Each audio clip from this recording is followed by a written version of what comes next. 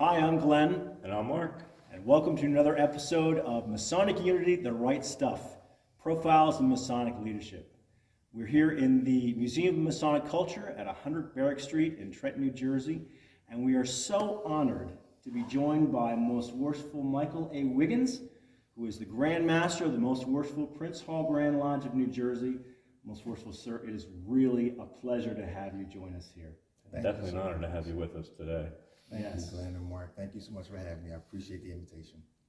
Well, the point of these talks that we have is just for three Masons to sit down and talk to each other about a variety of topics like where you came from and where you're going, where you see the craft is going, and for our viewers to see the man behind the jewels.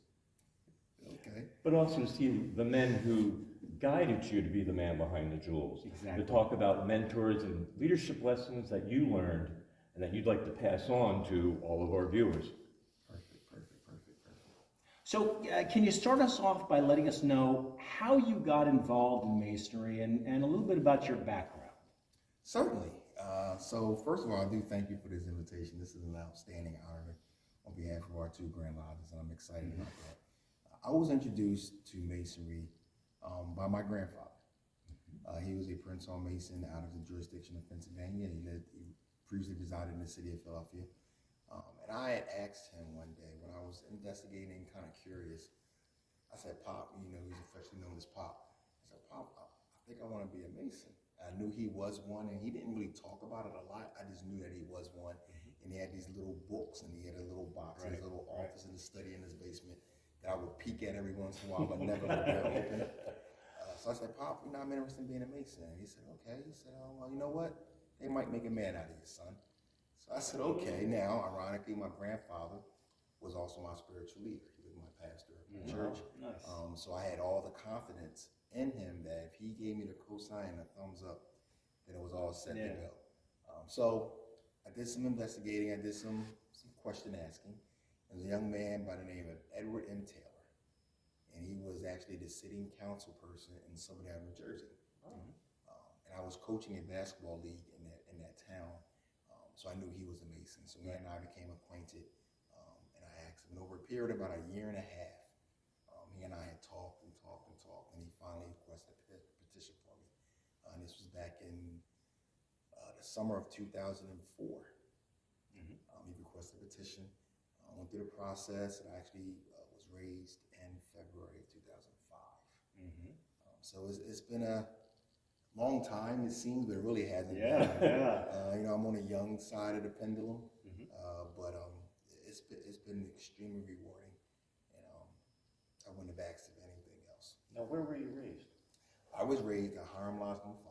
5 in the historic Lawnside, New Jersey.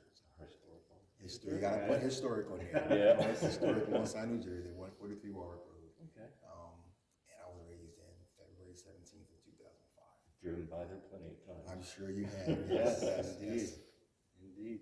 So moving up through, you were raised in 2005. Can you tell us a little bit about your experiences in becoming a Mason and becoming active in your lodge and moving on?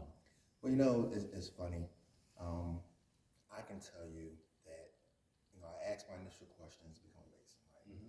And then, you know, I received that first degree, and I was, you know, advised to talk to well-informed brothers and things of that nature. And I took that to heart. Right. So I stuck with those individuals, my dean of instruction and things like that, that gave me the principles and really taught me and made sure that I was well-informed and proficient. And I never left the lodge. There's no trick to it. Yeah. My teachings all occurred at 143 Warwick Road. I got the principles, the foundation. I was known and learned to be a proficient Master Mason in that regard. And I just stayed there. I became a member of our School of Instruction Committee as a new Master Mason. I asked our dean, I said, listen, this is awesome. I said, I just want to sit in with the next class. Yeah. I said, I just want to sit in the corner. I don't want to bother you. I just want to sit in the corner. And of course, he said, no problem. It's open. I did. So I was a sponge. I soaked and I soaked and I soaked. And that's where I got my love for twisted work. And it was just phenomenal. Is remembering easy for you? No. You gotta work at it like some other Yes, episodes. yes. I Okay. had diagnosed myself with a complex of learning. No medical term, but it's just my own diagnosis. It's hard. It's hard. But you know, if it's worth it, Yeah. You put time into it. put Yeah. the time in. You know, so it's been rewarding. You know, I've missed 5 meetings of my lodge meetings Wow. since I was raised. 5. That's dedication. 5 meetings. Now that's through the grace of God that I wasn't sick or I wasn't Right, this right, or my yeah. job didn't interfere, things like that. But the stars always align. Yeah. On that first Monday of every month, Right. I was at Harlem Lodge Nice. in a chair. Go check the book. My signature is there. Yeah. All but 5 meetings. That's correct. So that's really the path for me. Mm-hmm. It was dedication. It's no magic wand. You know, I'm not particularly special. Mm-hmm. Some people like to think you're special. Right. You know, that you're extremely talented. Yeah. I said, no, the only talent is commitment. Yeah. That's the talent. To be Perseverance. committed, Yeah. to persevere, to love the order so Mm-hmm. much that you will do what it takes to make sure that you're leaving your best thumbprint so that the next generation can benefit like I have. That's so impressive. That's so impressive. So, what are some of your memorable experiences coming up through Masonry? I'm sure you have lists of them. As a new member, as Yeah. an officer of the lodge, worshipful master, and then where you're at now. I've had several, obviously, but I remember, and the first main one wasn't so pleasant, is when, you know, I told you my grandfather was a Mason. Right. And he was older, and he was my pastor, so he wasn't as active. And when I was finally going through the chairs, and I would talk to him, and I said, yo, Pop, I'm going to be worship master at such and such a date. It was June 2009, actually.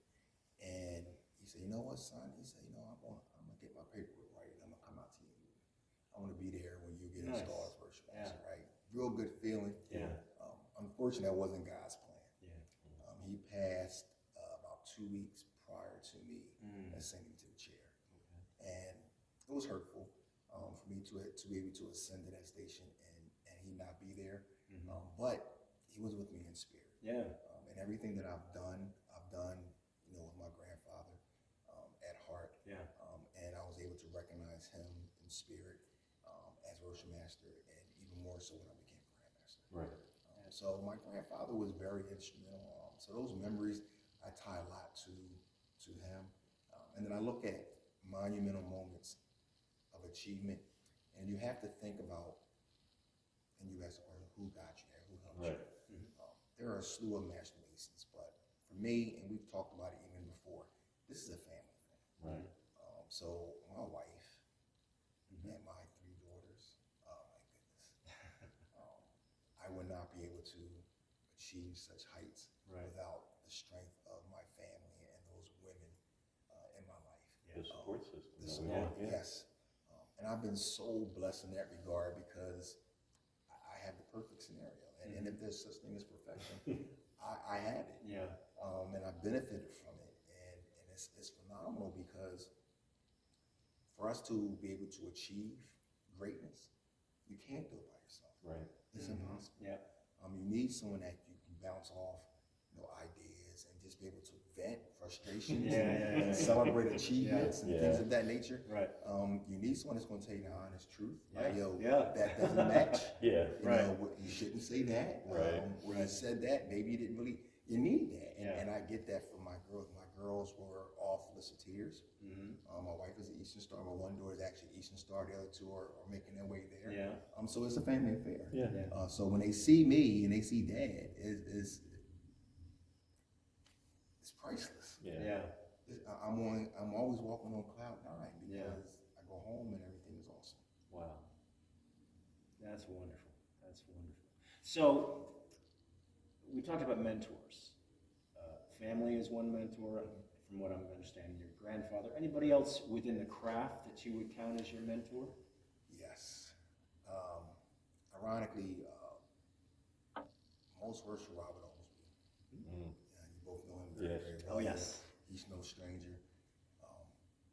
He's been, I want to call him a father figure. I don't know if he's quite old enough to be my father, but Masonically speaking, he has been the person that has probably helped me the most in terms of telling me the hard truths, letting me listen, you want to do this, but you might want to consider that.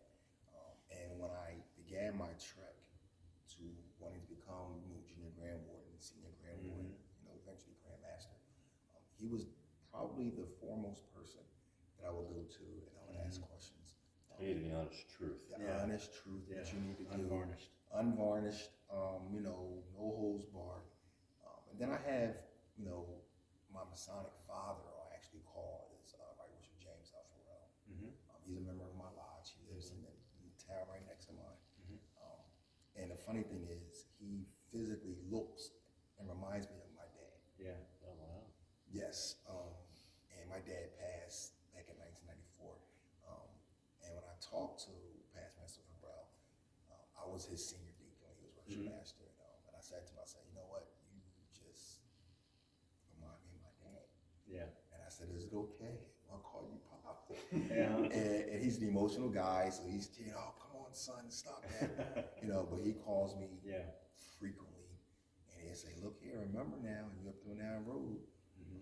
They're going to tell you this, but they really mean that. And he's giving me the fatherly, don't get caught off by the politics of organizations and things like that. There's no politics. No, there's no politics. No. He's talking about the other stuff. There's no green beans either. Of course. No, none of that. There's no chicken. There's no rice. There's none of that stuff. But he's been the guy that has been truly, mom and dad. So he's been my father figure that happens to be a Mason. And Oglesby has been that Masonic figure. Yeah. That's not old enough to be my dad, but Nice, close nice. enough. A good uncle? A good uncle. All right, a Masonic very good uncle. We don't usually use no, that term, but yeah. we have an uncle. Okay. Uncle Butter. He can't be an uncle. Okay. We have Uncle Butter. All right.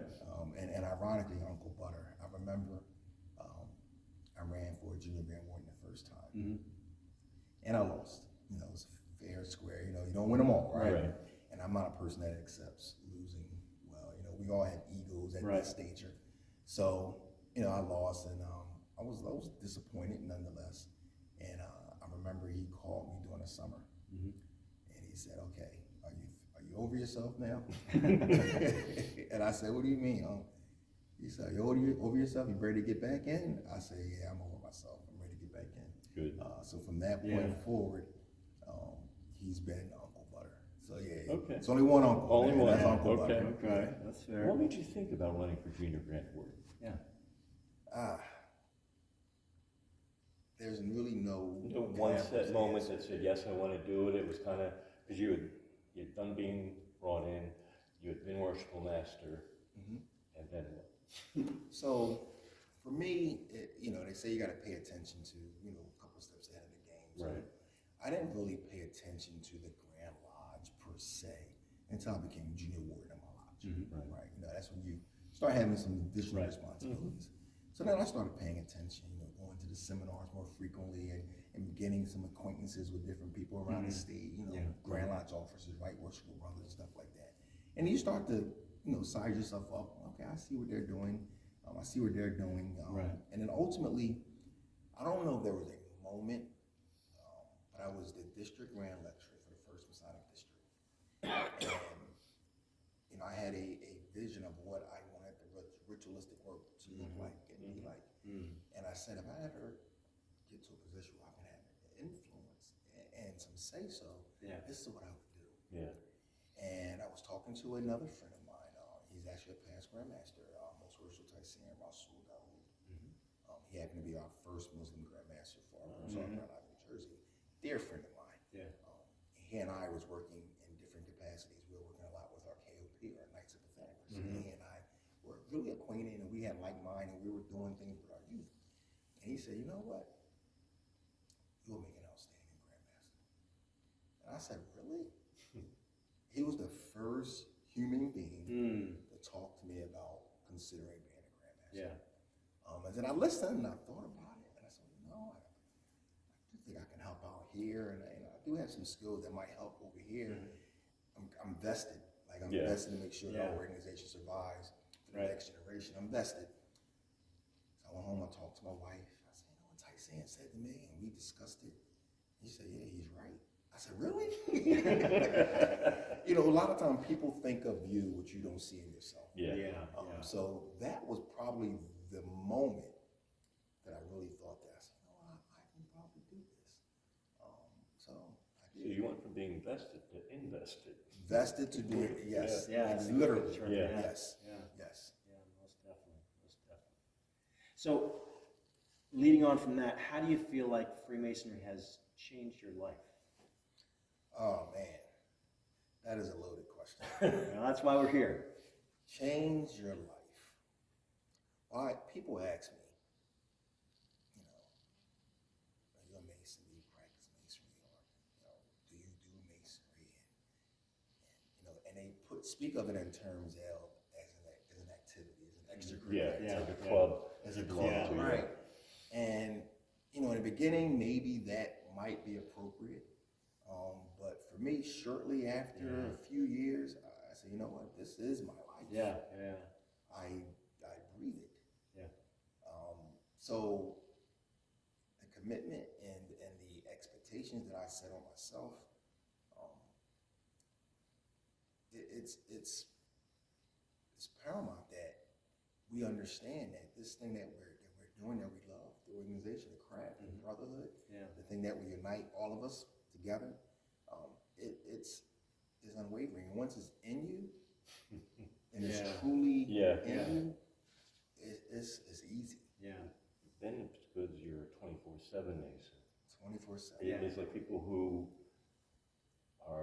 choose to being a Christian only for an hour or two on Sunday. Correct. No, that's a full-time commitment too. Correct. Masonry is a full-time commitment Yeah. also. Yeah. When it's truly in your heart and in your mind, that being that better person, that making other people better. It's not just an individual thing, but it's a group thing, putting everyone together.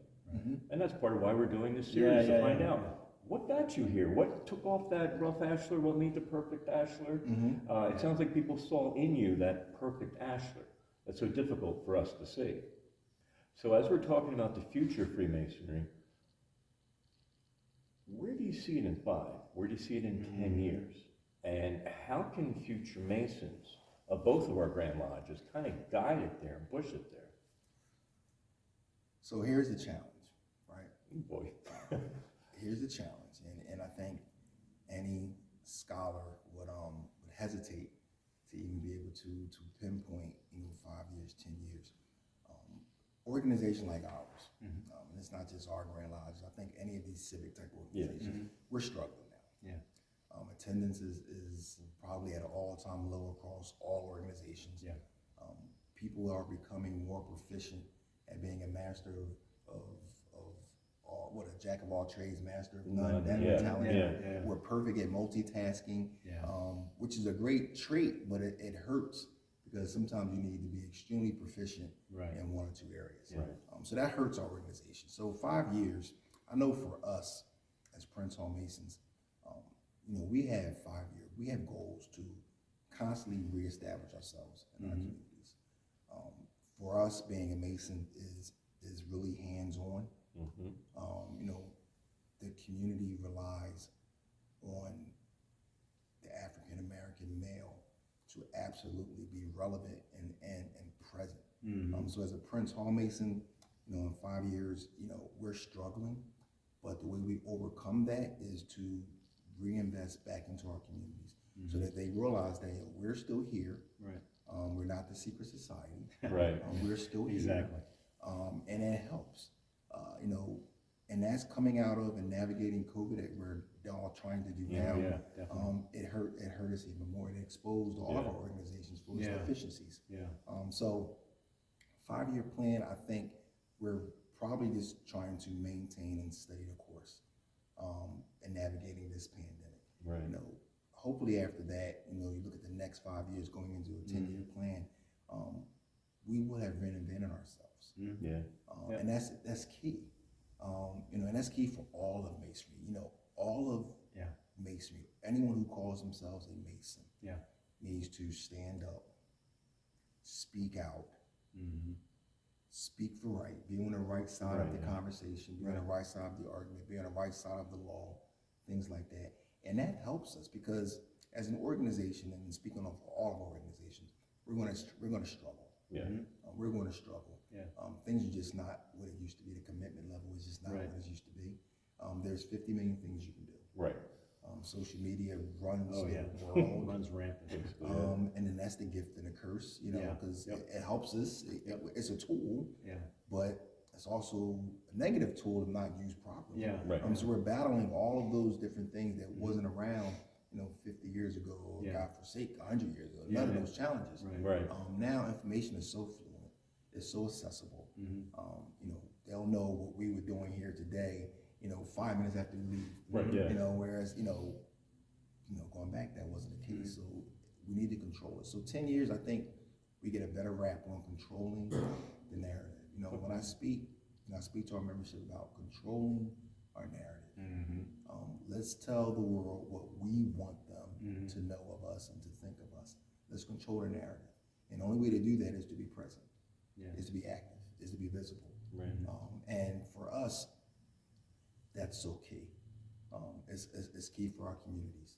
So 5-year plan, I think we're still navigating and steadying the ship, becoming an even more stable organization, structurally, financially, membership-wise, all those things that help an organization survive. Meanwhile, maintaining and ensuring that our relevance is felt in our respective communities. 10-year plan, I think, we study that and we look at 10-year goals. Like, we have goals. Right. And we've gotten away from the basic fundamental of organizational structure. Back to basics. Back to basics, Yeah. right? We've gotten away from that. And then we also have to in order to survive and maintain our relevance, is look at our leadership. Because we're microwaving members, Right. I'm sure you can attest to that. Oh, yeah. Yeah. And people are on a fast track. Yep. I was on a fast track. I became worship master in 5 years. Now everyone doesn't have that dedication to make sure that they're proficient. We're microwaving leaders, and they were putting these big collars and these heavy aprons and those heavy hats on them, and making them wield the heavy gavels, and they're not necessarily. Amazing that hat sort of shrinks over their year of becoming all these different positions and all. Exactly. Our Sovereign Grand Commander, our past Sovereign Grand Commander, Scottish Rite, talked about he wanted everything to be inspirational, convenient, and enjoyable. Yes. Nice. My response back to him was, we also need to be relevant. Yes. So when you're talking about being relevant in the community, relevant within your own lodge, I think is also extremely important. Because if they can't relate to you, then we're missing the boat as brothers. Yeah. When you talk about relevance, the motto for my administration is maintaining our relevance by being first. Financial, intellectual, resourceful, spiritual teachers. I like that. Wow, yeah. That's Very the motto nice. for our Yeah, organization. And I'm big on that. Yeah. And there's components to each of that. Financial kind of speaks for itself, but we need to make sure that we're just spending money wisely. Right. We're expanding our resources. We're increasing our intellect. We need to make sure that we understand what it means to be a Mason and the history of Mason. Why, a Mason is different from another member of another organization. Right. We're different. Yeah. We have responsibility. We're different. Yeah. Resourceful, increasing our resources, collaborating. We can collaborate. Our 2 Grand Yeah, Lodges are able to exactly. collaborate. Yeah. And it speaks to, our presence in our communities. Yeah. Going to our community stakeholders and letting them know that it's okay to invest in us. Right. Because we're going to turn around and reinvest back We're into the already community. investing in you. Yeah. Yeah. So it's a win-win. So expanding our resources help us to spread that charitable arm that we like to do. And then, spirituality is key. We understand that Masonic, Masons, it's not a religion. Right. It's not. No. But there's a certain level of spirituality that should be in each of our hearts. Yep.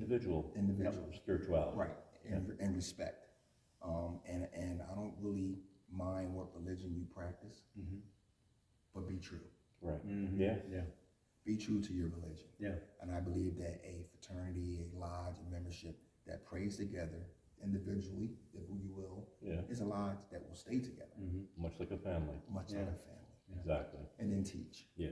Like we're supposed to be the teachers. Yeah. We're supposed to be the pillars of all of our respective communities. Right. And all of our individual walks of life. we're supposed to be the ones that they can figure it out. Yeah. The Mason can do it. Wow. If it can be done, the Mason can do it. Yeah. So that's the the motto that we strive for here in New Jersey, and it's taken up, Storm. That's great. People are subscribing. They're being part of the solution as opposed to being part of the problem. Yeah. And we're moving forward. Do you have a typical day as Grandmaster? Yes. That laugh and that pause kind of said it all for me. A typical day means that there is no typical day. Exactly, good. It's atypical. Yeah, it starts at about 7 in the morning. Mm-hmm. I'll go through, I put my phone on silent so I don't get those buzzes all night long, but I'll go through my email, maybe even before I get out of bed, I'll peruse through the phone. Right. It's gotten so bad that I can't even look at my phone too much anymore. I gotta look at the computer, it's horrible. Yep. But I kind of thumb through that, and then my mind, as I'm getting myself prepared, I go down to my office in the house, which is great. I don't have to leave. I got my personal laptop, my Masonic laptop, my work laptop. Your sanctum sanctorum. Yes, all of that. Yeah. And and it starts, and then and I'll be there till I go to bed sometimes. Right. Literally. It's one thing you can't account for. They say you can't be prepared for leadership in some roles. Right. And some of that is true. You can be as prepared as you can, but then you have to have the ability and the flexibility to adjust. Right. And your best leaders are the ones that can adjust. Yeah.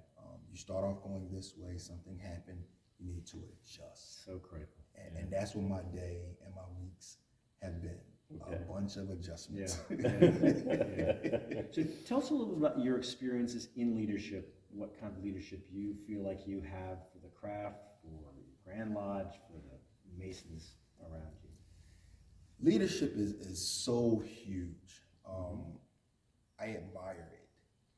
I study it. I read about it. I take leadership lessons and courses and things like that, and I study from a lot of different influential folks that are well renowned. And it's so important because for me, and I think in Masonry, and for my person, everyone has a personality. I'm pretty much a straightforward person, and I've learned, I've gotten better. Right. But I think that transparency is huge, and it's huge for today. It may be something different tomorrow. Right now, a leader needs to be transparent. Let's talk about what the challenges are. Let's acknowledge them. Let's talk about what the opportunities are. Let's investigate it. Let's talk about it. So that now when I come to you, understand that everything's on the table.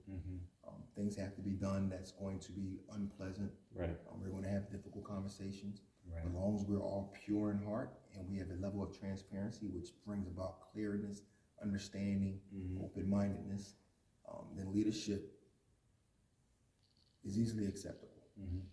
They will accept you more if they understand where you're coming from. So my leadership style right now, for the moment, is based on transparency. Right. Because we do have a lot of obstacles that we need to address. Yeah. And acting like they're not there is not the It's answer. never going to work that way. It's not the answer.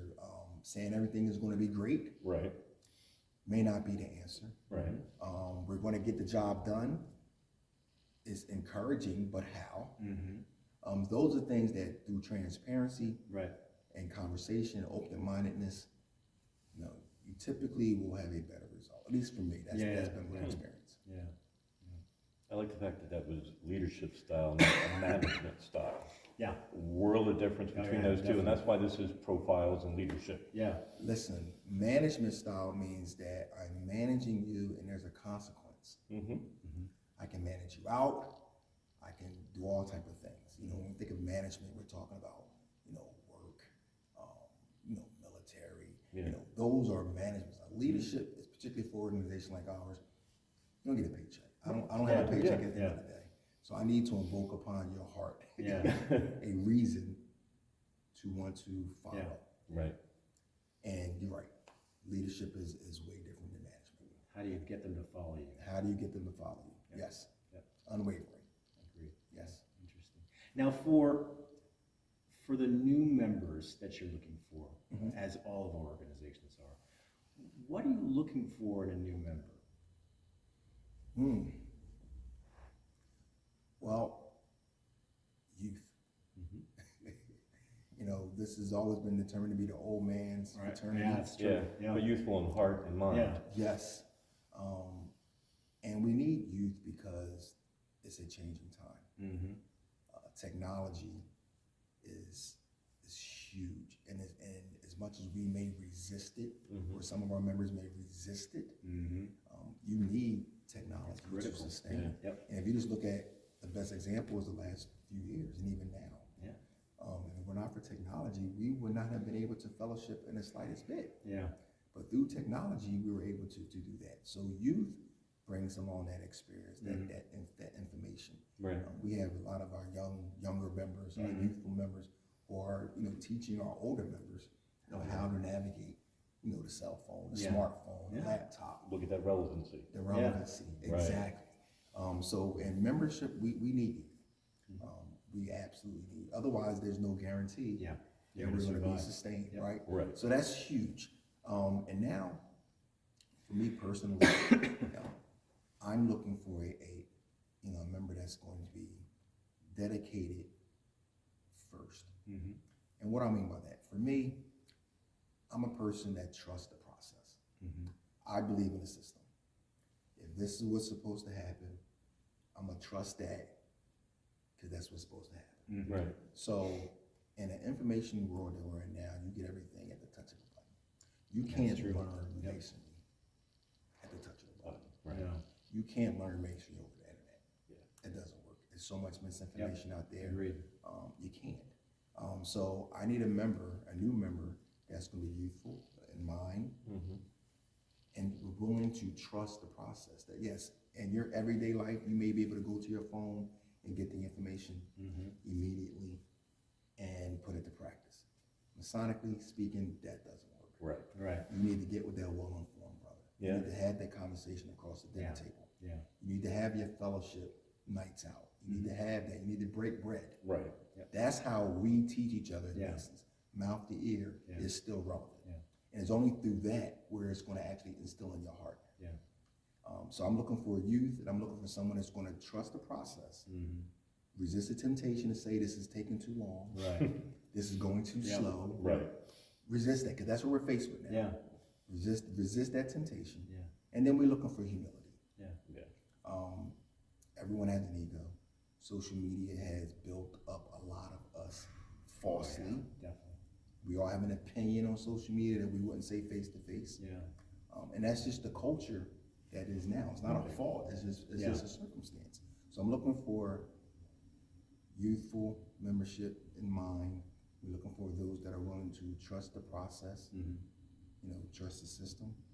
And then the third thing I said, which I just forgot, is, what did I just say? Humility. Thank you so much. Those are the three components that I think we need in our new membership, and that will help us sustain to the next generation. And that goes back to basics. 20 years ago, 30, 40 years ago, that's really what we were looking for. Yeah. And what we need from our future leaders. Yeah. And it's different now because we do have to acknowledge that the world has changed. Yeah. Right. Yeah. So we can't just say, listen, we have a responsibility. This is the way it's going to be. We have a responsibility to prove that this is a progressive science. Yeah. We have to prove that sometimes. It's not just Right. work. No. Sometimes we have to show that we progressed. Yeah. We may not be able to progress like you would like us to, Yeah. but there's a reason for Has to be that. steps Right. forward. Yeah. There's a reason for that.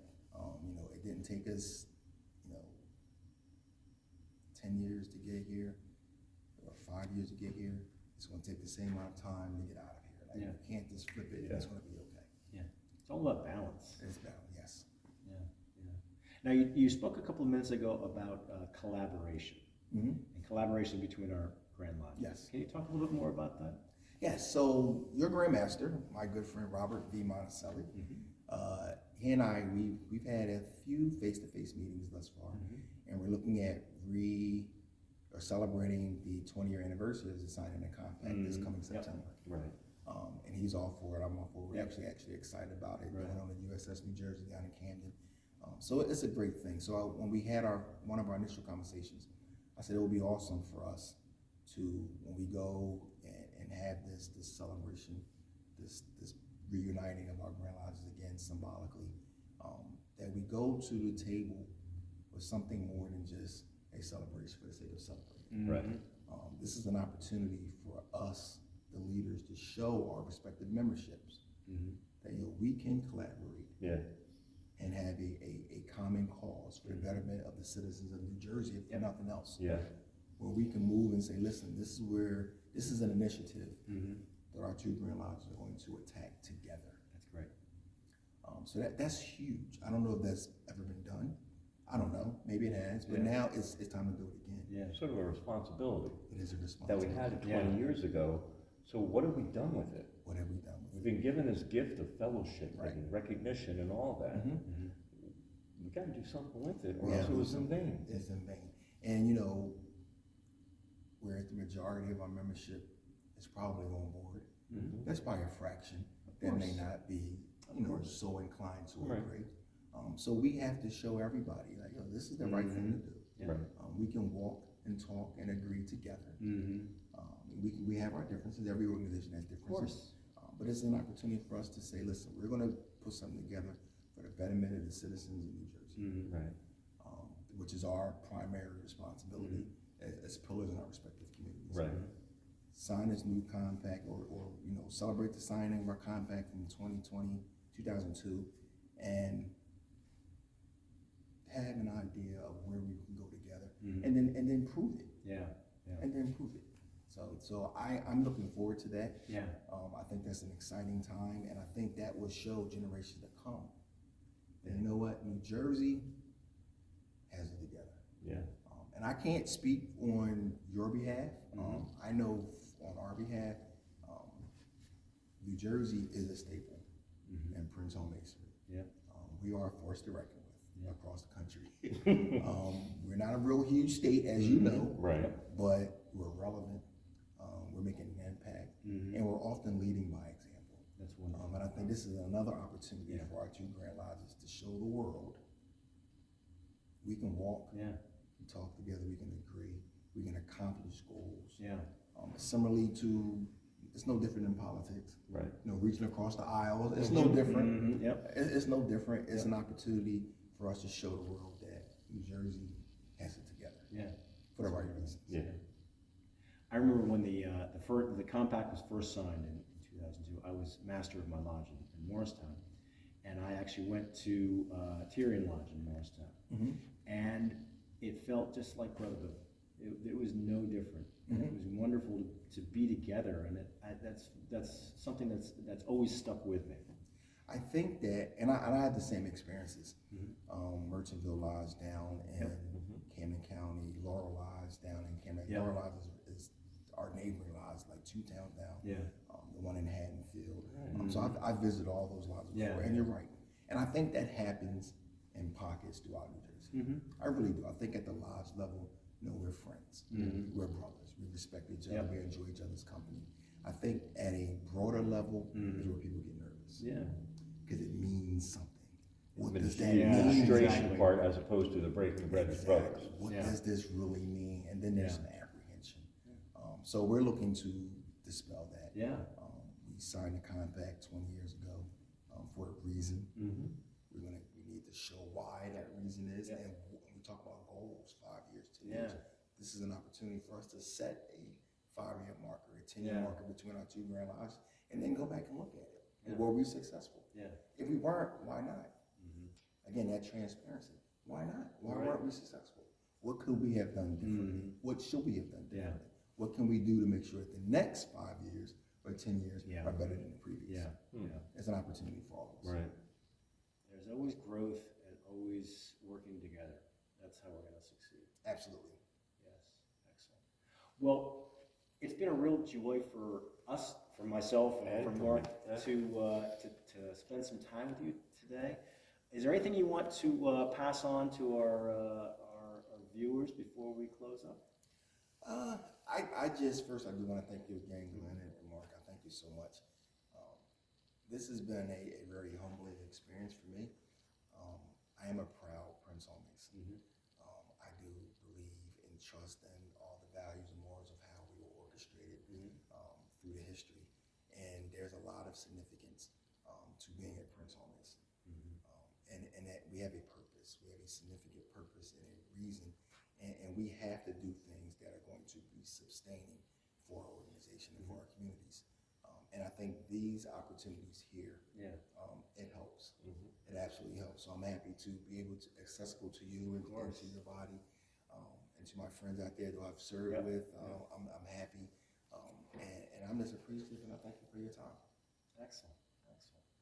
Well, we thank you for being with us, and Mark? It's my turn now. Please make sure you subscribe down below by clicking subscribe. We look forward to seeing you again. Take care. See you. Bye-bye.